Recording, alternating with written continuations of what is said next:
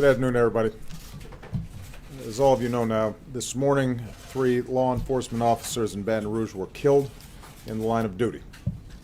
3 others were wounded. One is still in critical condition. As of right now, we don't know the motive of the killer. We don't know whether the killer is set out to target police officers or whether he gunned them down as they responded to a call. Regardless of motive, the death of these 3 brave officers underscores the danger that police across the country confront every single day. And we as a nation have to be loud and clear that nothing justifies violence against law enforcement. Attacks on police are an attack on all of us and the rule of law that makes society possible.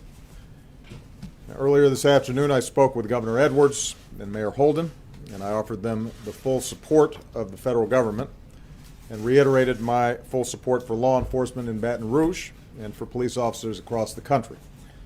I also spoke to the Attorney General. The FBI has already been on the scene, and through the work of all levels of government, justice will be done. Most of all, our hearts go out to the families who are grieving. Our prayers go out to the officer who's still fighting for his life. This has happened far too often, and I've spent a lot of time with law enforcement this past week.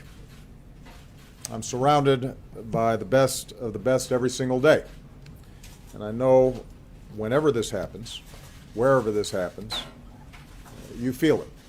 Your families feel it. But what I want you to know today is the respect and the gratitude of the American people for everything that you do for us.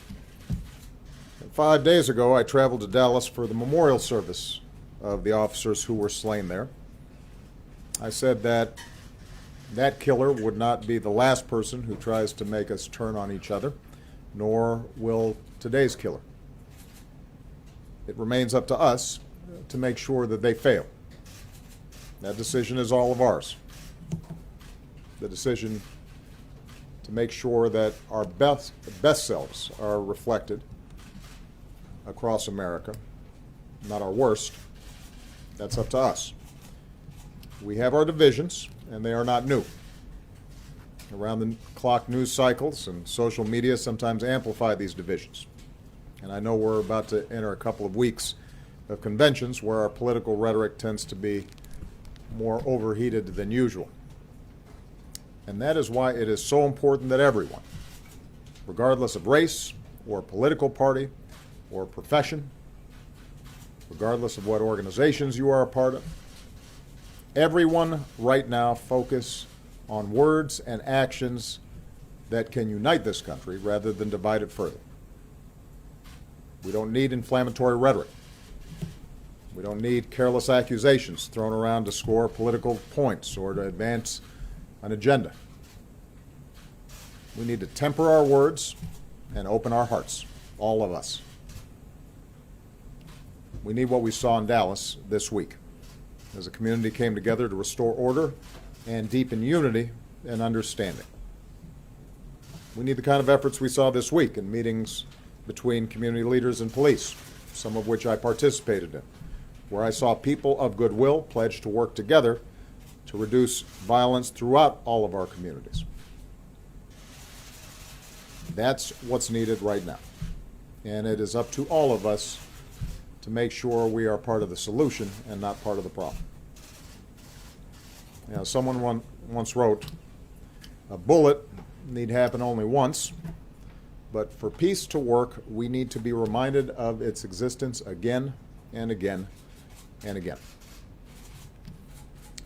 My fellow Americans, only we can prove through words and through deeds that we will not be divided, and we're going to have to keep on doing it again and again and again.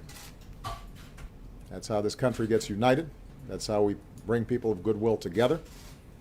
Only we can prove that we have the grace and the character and the common humanity to end this kind of senseless violence, to reduce fear and mistrust within the American family, to set an example for our children, That's who we are, and that's who we always have the capacity to be.